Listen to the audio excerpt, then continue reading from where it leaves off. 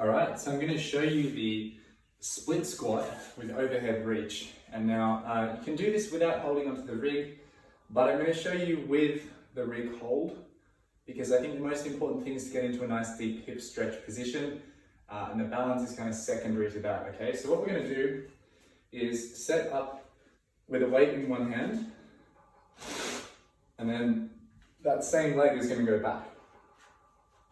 We take quite a long stance for this usually, because we're trying to really get into the hip flexor, and then we press overhead.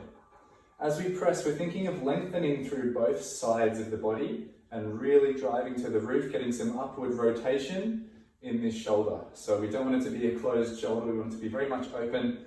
I'm not letting my ribs flare, but I am keeping them down and getting some thoracic, so upper back opening.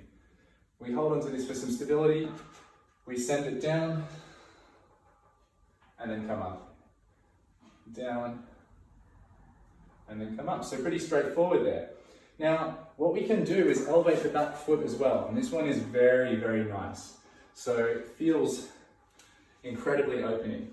What we'll do there is the same setup, back foot goes on the bench, take a nice big step, press up overhead, set up so that there's no arch again, the hips are tucked, upper back is open, shoulder is open, and then we lower down until the knee touches, and then drive up.